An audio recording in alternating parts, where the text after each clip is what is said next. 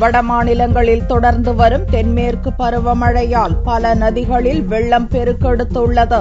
இதனால் கரையோர பகுதிகள் வெள்ளத்தில் மூழ்கியுள்ளன. தென்மேற்கு பருவமழை தொடர்ந்து வட மாநிலங்களை புரட்டி போட்டு வருகிறது. பல நதிகளில் வெள்ளம் பெருக்கெடுத்து ஓடுகிறது. கங்கை மற்றும் யமுனை நதிகளில் அபாய எல்லையை தொட்டு வெள்ளம் செல்கிறது. உத்தரப்பிரதேச மாநிலத்தில் வாரணாசி உள்ளிட்ட பகுதிகளில் கங்கை மற்றும் யமுனை நதிக்கரையோர பகுதிகள் வெள்ளத்தில் மூழ்கியுள்ளன. அப்பகுதியைச் சேர்ந்தவர்கள் பாதுகாப்பான இடங்களுக்கு வெளியேற்றப்பட்டுள்ளனர். இதேபோல சாதரன் நதியிலும் அபாய அளவுக்கு அதிகமாக வெள்ளம் பெருக்கெடுத்துள்ளது. இதனால் கரையோர பகுதிகளில் உள்ள நூற்றுக்கணக்கான கிராமங்களில் மக்கள் வெளியேறியுள்ளனர். விளைநிலங்களும் வெள்ளத்தில் மூழ்கியுள்ளன.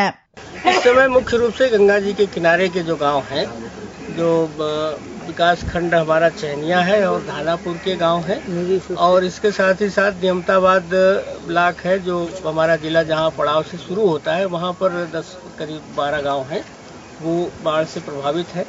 लगभग हमारे जिले के इस समय 50 से अधिक गांव क्या जो एरिया खासतौर से खेती वाला एरिया है वो कटान से या डूब जाने के कारण प्रभावित है, और इसके साथ आबादी के जहां तक कटने का प्रश्न है वो इस गांव में जहां हम आए हैं हसनपुर गांव में आबादी का कटान हो रहा है.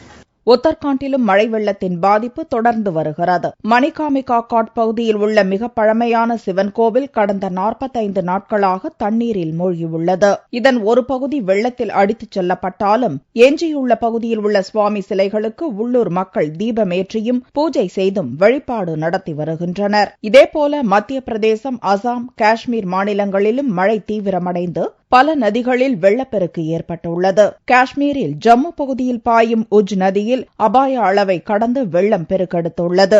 கதுவா பகுதியில் வெள்ளத்தில் சிக்கிக் கொண்ட 35 பேரை எல்லை பாதுகாப்பு படையினர் மற்றும் விமான படையினர் மீட்டனர். இங்கு தொடர்ந்து மீட்பு பணியில் பாதுகாப்பு படையினர் ஈடுபடுத்தப்பட்டுள்ளனர்.